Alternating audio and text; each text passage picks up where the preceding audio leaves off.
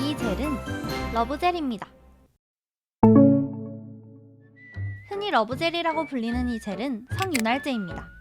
여성의 질 윤활을 목적으로 활용하며 성관계 시 질 건조증 등으로 인한 고통을 줄여주죠. 윤활제는 크게 두 종류로 나눌 수 있는데 자궁 내시경 등에 쓰이는 의료용 윤활제와 성관계 등에 쓰이는 개인용 윤활제가 있어요.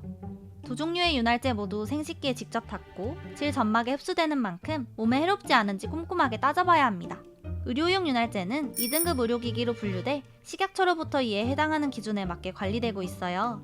그런데 개인용 윤활제는 2022년까지 별도 품목으로 지정되지 않아 관리 기준이 없었습니다. 그렇다 보니 피부 겉면에 바르는 일반 화장품으로 우회 유통되는 경우가 많았죠. 또 일반 화장품으로 판매하려면 윤활제의 목적을 정확히 표기할 수 없어 시크릿 마사지 젤, 러브 밸런스 테라피 젤 등 애매한 표현으로 소개되었습니다. 개인용 윤활제를 찾는 소비자가 늘어나면서 더 엄격한 관리 기준이 필요하다는 지적이 나왔죠. 미국이나 유럽에서 성윤활제를 아예 의료기기로 지정해 관리하는 것과 비교되기도 했습니다. 문제 제기에 가장 적극적이었던 건 의외로 관련 업계였습니다. 안전성이 보장돼야 더 많은 소비자가 개인용 윤활제를 신뢰하고 사용할 수 있다는 겁니다. 이런 흐름에 맞춰 2022년 8월 식품의약안전처는 개인용 윤활제를 3등급 의료기기로 지정했습니다. 3등급 의료기기 허가를 받기 위해서는 식약처의 안전성 시험을 통과해야 합니다. 성윤활제는 피부에 바르는 화장품과 달리 질 점막에 사용하기 때문에 질 점막 자극 시험을 통해 안전성을 확인해야 하죠. 의료기기 법에서는 품목별로 필요에 따라 요구하는 기준 규격이 있는데요. 피부에 접촉하는 의료기기는 의료기기의 생물학적 안전에 관한 공통 기준 규격이 요구됩니다. 그리고 성관계 시 콘돔과 함께 사용되는 윤활제도 이러한 기준 규격을 충족하여야 합니다. 또한 개인용 윤활제는 식약처 허가 심사 과정을 통해 관리되고 있습니다. 국내에서도 식약처 허가를 받은 개인용 윤활제가 출시되고 있습니다. 그럼 소비자들은 어떤 제품을 골라야 할까요? 먼저 삼투압 농도를 따져봐야 합니다.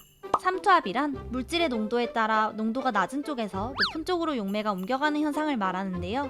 윤활제의 삼투압 농도가 높으면 체내 수분을 빼앗아 오히려 질이 건조해질 수 있습니다. 세계보건기구 WHO는 성윤활제의 삼투압 농도를 380mSmol/kg 이하로 권고합니다. pH 농도도 살펴볼 필요가 있습니다. WHO는 pH 4.5 수준의 윤활제를 사용하라고 권고하는데 이는 질 내 pH와 유사한 농도입니다. 이렇게 관리 기준이 만들어졌다고 해서 끝이 아닙니다.